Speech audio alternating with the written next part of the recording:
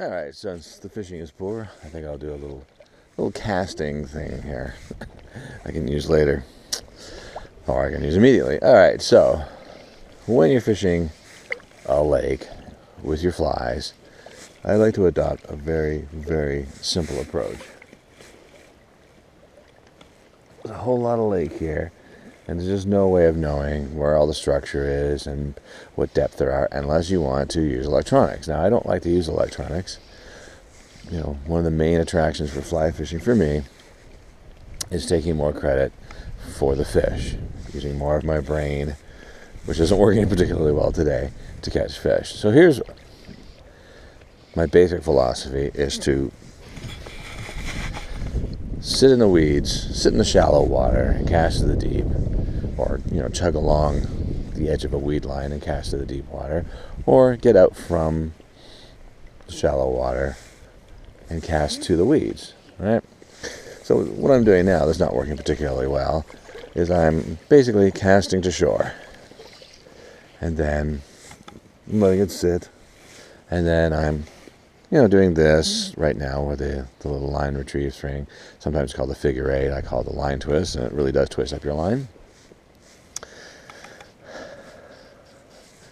And bring it back that way. Now I'm trying to cover a lot of water because the fishing is slow, and that's kind of my other attitude about it, is that instead of just sitting in some spot that's not working, you know, let's go to another spot that's not working and maybe, you know, we'll find something.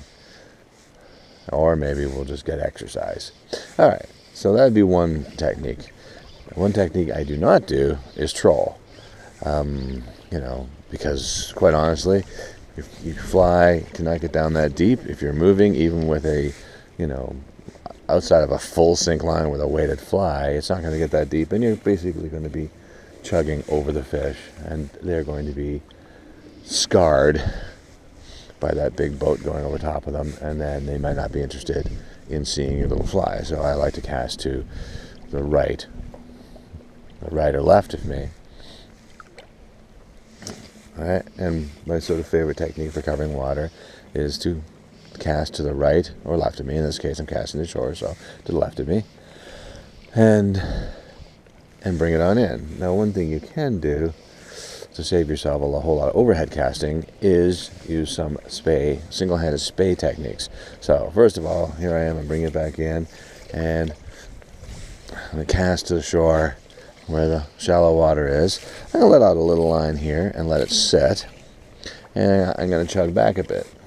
Now, this is sort of like trolling, but the line is off to my left, and then it's going to pull behind me, right?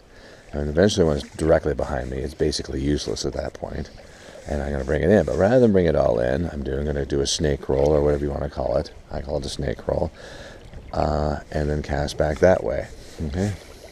And if no insane gusts of wind show up, it should work pretty well. So you can see the line's pretty straight behind me, and it's 2 hours and 20 minutes of fishing, and I haven't even had a hit, so that's staying consistent. So I'm going to bring it in a little bit until I get to this section here. Then I'm going to raise it up, circle it back this way, like that, snap, it's off the water. So again, I've cast ashore. Line's at about a 90-degree angle from the boat. I've let out a bunch of slack so the fly can sort of get down.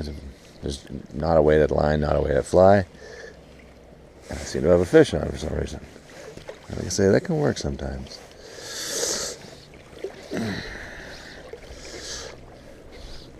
Not much of a fish, but it's the first fish. By the way, that technique is patent pending, right? So it's the one where I cast ashore and then just let it sit there randomly for a while. What the heck is that? That's weird. No, hopefully it's a brook trout. That's what we're here for.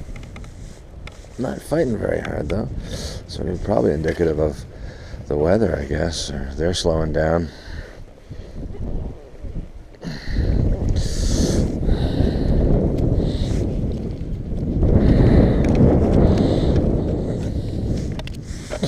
And the first fish of the day only took how many hours?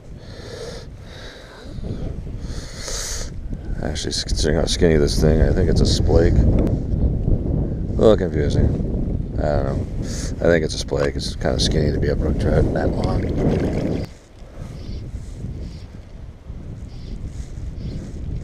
There we go, an actual fish. And an actual fight on the actual fish. Like I said, this is my favorite part of the lake. It actually produces fish. Contrary to what you think it should do, because, you know, we're out of the wind here, which is nice. There's not much structure. There's a lot more boat traffic and things that happen here. Alright, this guy's fighting a little bit better. And you can see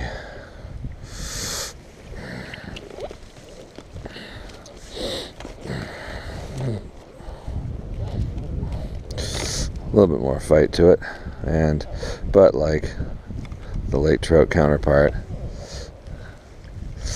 it's there you go. Little, see how flaccid that thing is. I'm not sure what that is. It's got the dots on it, a bit of vermiculations. I don't know, kind of skinny for the size of it.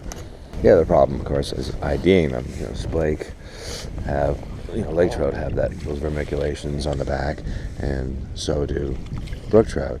And the brook trout traits of having those dots with the purples you know, actually make it into the splake. But man, brook trout at least try to get off the hook.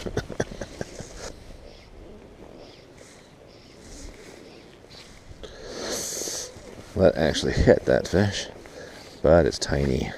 I'm gonna go with perch.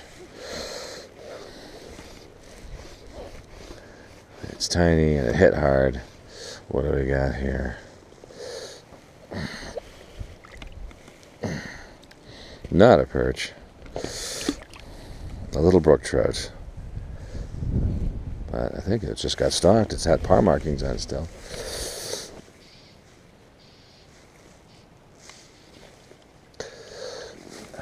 Barely felt that one. Now I'm wishing I brought my two-weight. I'm out of the wind here, and these fish are tiny, and here comes the Perchosaurus.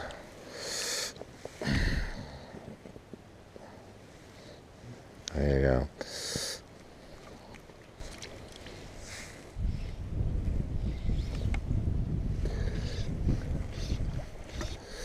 A little more fish, a little more fight.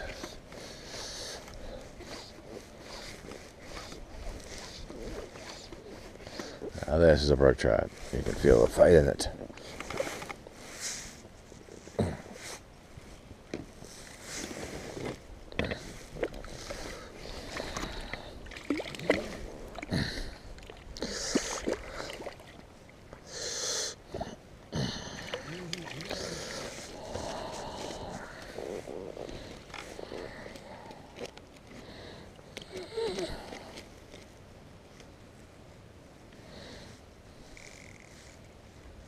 And a splake. At least I had a fight in it, jeez. Yeah, splake. Well, guess some of them have fight in them. Oh, there's one. Pecked it a couple of times, so. The hell? The hell fish is that? Holy jeez, it's gotta be wrapped around something. Yeah, there you go. I was gonna say. I do believe we're gonna be looking at our second Perchosaurus of the day.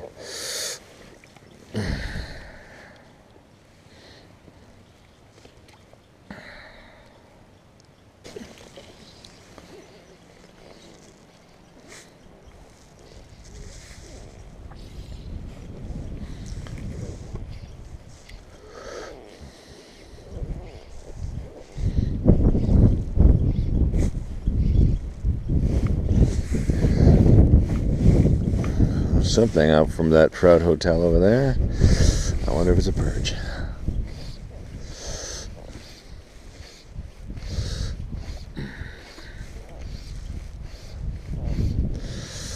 Being towed in, so it's a little jumpy. Could it be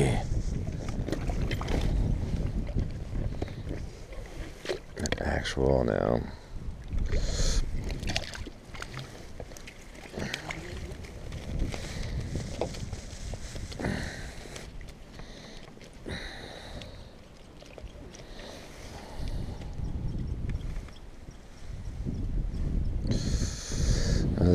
Could be a brook trout, man. You can hardly tell. I mean, it doesn't have quite the square tail you're looking for.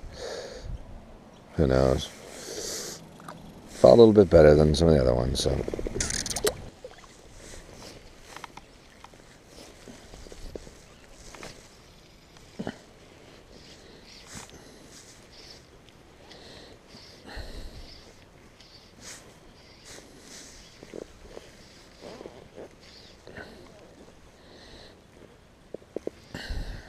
There we go. You saw that splash and hit. Could it be an actual, undisputable brook trout?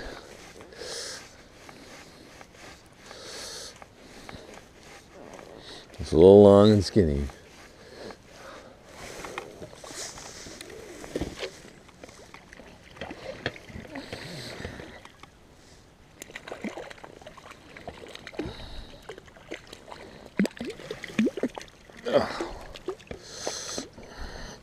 That's a splake, but decent sized one.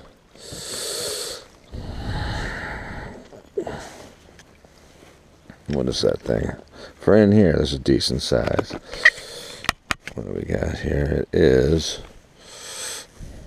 a whole 12 inches. Oh my God.